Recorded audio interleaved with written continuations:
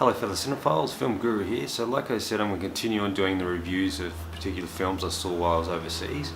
So today I'm reviewing The House with the Clock in Its Walls, or what it was called overseas, The Prophecy Clock. This was a film that was directed by Eli Roth. It was written by Eric Kripke, the creator of Supernatural, and is based upon the John Ballard novel of the same name. It stars Jack Black, Cate Blanchett, Kyle MacLachlan and Owen Akaro. This is a story of Lewis, a young orphan boy who's sent to Michigan to live with his estranged uncle Jonathan.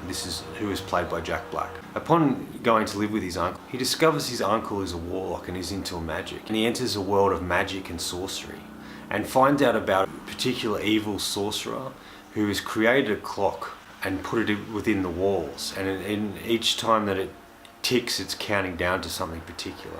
And it's really a race against time for Lewis and Jonathan to find out where the clock is and what it actually involves and what they have to do to stop it. And this is where we're introduced to Mrs. Zimmerman, played by Cate Blanchett, and a next door neighbour, but she's also a magician as well, and there's a lot of stuff in her past, and she's unable to cast as well as she used to be able to. Jonathan's sort of a character who's sort of a bit down on himself. He doesn't believe he's he believes he's a bit of an amateur magician and not capable of such things, and he's a bit reluctant to introduce Lewis to this particular world, but he sort of does, and he helps him along the way, and it really helps.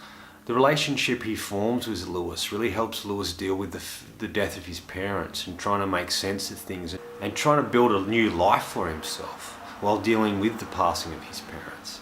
And the relationship between Jonathan and Lewis is very important for both of them in different ways. Lewis is a person who, he's a young boy who sort of needs a father figure. He needs a sort of parent to help him out and direct him, point him in the right direction of things. Lewis is very smart and intelligent, but he still sort of needs that guidance. And Jonathan really sort of is a man who lives by himself. There is Mrs. Zimmerman, and the introduction and bringing and having Lewis come into his life, it sort of shapes and changes him quite a bit. And it's sort of a good relationship for both of them, and it really helps them deal with the situations that they've gone through or are particularly going through at this particular time. So ultimately it's a race against time to try and find this clock and find out what it actually involves and why it is ticking and what it is counting down to.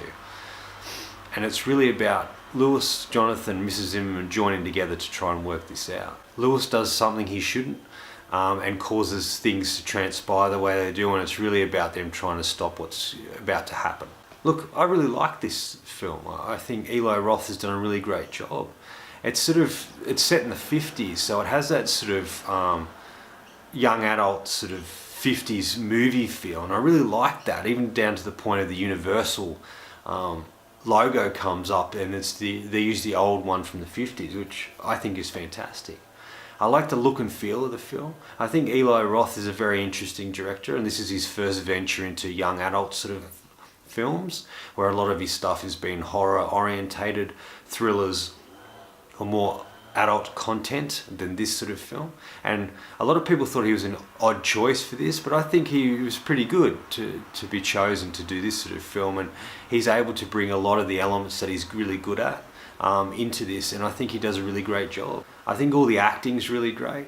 I think Jack Black is really fantastic, is really starting to stand out in these sort of movies and starting to make very interesting choices of the films he does start to make. I think Cate Blanchett does a really great job here as Mrs. Zimmerman, and I was really impressed with her.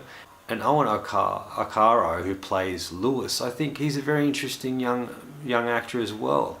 It took me a little while, I must admit, it took me a little while to get into his character and his acting, but he does a really great job throughout the film. I think Eric Kripke has done a great job of taking the contents of the book and crafting a script around that. The ending is a little different from the book than it is in the movie, and I think that it works really well for the film they've created. And I think it's in a way a better ending than they crafted in the book.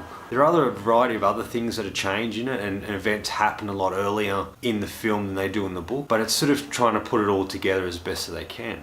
And I think they do a really great job of putting everything that's important from the book into the script, but also changing it and making a bit more cinematic than it is within the book. And I think they really did a really great job. The book that it's based upon, John Ballard's House with a Clock in its Walls, he wrote a collection of these sort of books. This is a book that was written in the 70s or 80s, I'm pretty sure. And he did a whole collection of these sort of books with the Lewis main character trying to stop all these, ultimately these mysteries that he has to unsolve, and a lot of supernatural things that transpire. And I really like to read more of the books. I was able to read this book before I saw the film, and so I was able to get a lot out of it, and I was able to see the things that they put in the movie that were in the book and the things that they did change, and I think it worked really well. There's a lot of humour in it that sort of works. Some humour moments don't. The humour is sort of sporadic throughout the film, and sometimes it hits, sometimes it doesn't. But I think it adds a really great element to it. It really is a throwback to the movies from the 50s, those sort of horror monster movies with a lot of mystery and things transpiring, and a young sort of character we've got to get behind to work out what's going on, we go on the journey with. Yeah, I was ultimately really impressed with this film.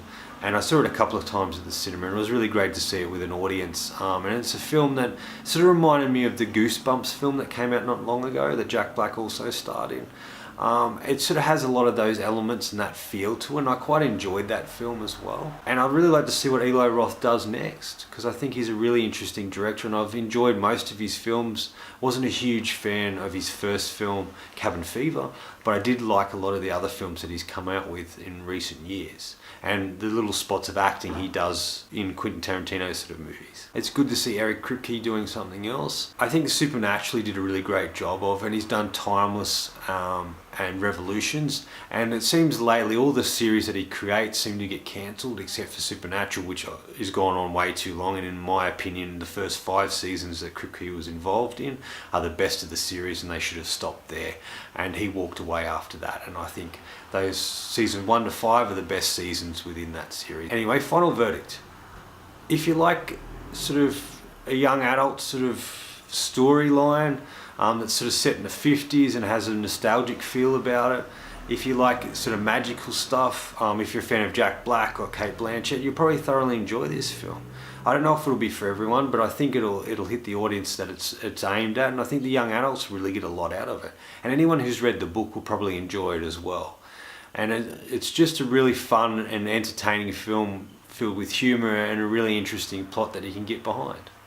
And characters, and really interesting characters you can get behind and go on the journey with. Look, I'm going to give this film 4 out of 5. I was really impressed with it, and I thoroughly enjoyed myself within this, and it was a great experience to go through, and I do recommend it to young adult audiences and people who like something that's a little different. Anyway, that's all from me today. If you've enjoyed what you've seen here, please hit subscribe down the bottom. Otherwise, until next time, enjoy the movies.